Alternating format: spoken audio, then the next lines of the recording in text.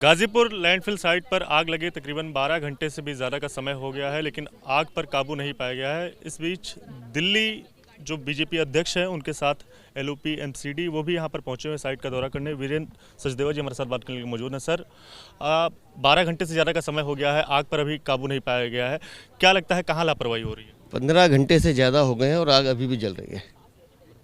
काम करने की नीयत नहीं है। चोरी, भ्रष्टाचार, इस कूड़े के पहाड़ में भी भ्रष्टाचार छुपा हुआ है। अरविंद केजरीवाल नगर निगम की सत्ता पाने के लिए ये वादा करके आए थे दिल्ली की जनता को कि 2023 तक हम इस पहाड़ को ख़त्म कर देंगे। एक नया पहाड़ तैयार कर दिया। क्या कारण है? सिर्फ भ्रष्टाचार, लूट। कैसे पैसा कमाया जाए ये इस सरकार को आता है। मैं खुद मयूर विहार में रहता हूँ, यहाँ पड़ोस में मेरा घर है। आँखों में जलन और बुजुर्गों में रोज़, बच्चों में सांसों की बीमारी रोज़ शिकायत है, लेकिन ये सरकार नहीं सुनेगी क्योंकि इनको सिर्फ पैसे से मतलब है। नीयत नहीं है काम करने की। इतनी सारी मशीनें यहाँ कूड़ा डिस्पोज ऑफ करने की आधी से ज़्यादा ख़राब पड़ी हैं। ये देखिए फायर ब्रिगेड की गाड़ी जो आग बुझाने आई थी ख़राब होकर खड़ी है कल रात से। जब तक वो हटेगी नहीं दूसरी गाड़ी आ नहीं सकती। कारण काम करने की नीयत नहीं है। 31 दिसंबर 2023 वो तारीख आम आदमी पार्टी अरविंद केजरीवाल की ओर से या फिर उनके सारे नेता जो है वो कह रहे थे लगातार कि कूड़े के ढेर साफ कर दिए जाएंगे, लेकिन क्या स्थिति है जग जाहिर है, दिख रही है।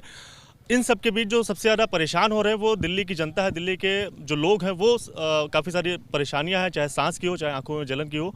तो ये जो वजह है इसके पीछे क्या आपको समझ? मैं दिल्ली की जनता को बताना चाहता हूँ कि अरविंद केजरीवाल का काम है झूठ बोलना, उनके नेताओं का काम है झूठ बोलना, बार बार बोलना।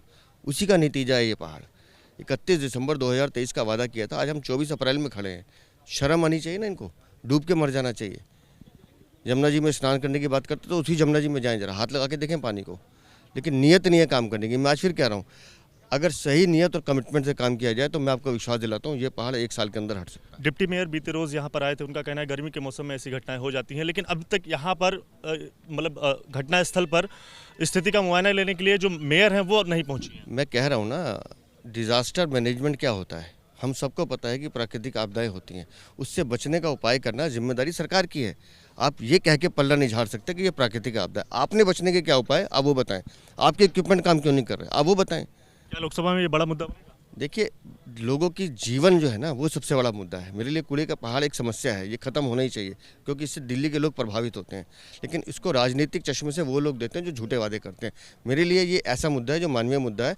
इस पहाड़ को ख़त्म करके दिल्ली के लोगों को निजात दिलाना हमारा उद्देश्य है। कैसे समाधान इसका निकालना चाहिए? क्या बीजेपी, अगर बीजेपी की सरकार बनेगी तो बीजेपी इस पर काम? मैं आपसे कह रहा हूँ, जिस दिन दिल्ली की सरकार में भारतीय जनता पार्टी का मुख्यमंत्री बैठेगा उस तारीख को गिन लीजिएगा और 1 साल गिन लीजिएगा। 1 साल के अंदर दिल्ली के तीनों पहाड़ खत्म होंगे। शुक्रिया बात करने के लिए। तो वीरेंद्र सचदेवा हैं दिल्ली बीजेपी अध्यक्ष, उनके साथ जो एलओपी एमसीडी राजा इकबाल सिंह वो यहाँ पर पहुँचे हुए लैंडफिल साइट का दौरा करने के लिए। उनको साफ तौर से यही कहना है कि जो दिल्ली की आम आदमी पार्टी की सरकार है उसकी नीयत नहीं है कूड़े के ढेर को साफ करना। और साफ तौर से उन्होंने ये भी कहा कि अगर भाजपा की दिल्ली में सरकार बनती है तो 1 साल के अंदर कूड़े के ढेर को हटाने का काम जो है वो उनकी सरकार करेगी। कैमरा पर्सन अनिल कुमार के साथ Divyankar Tiwari, ABP news, Ghazipur border.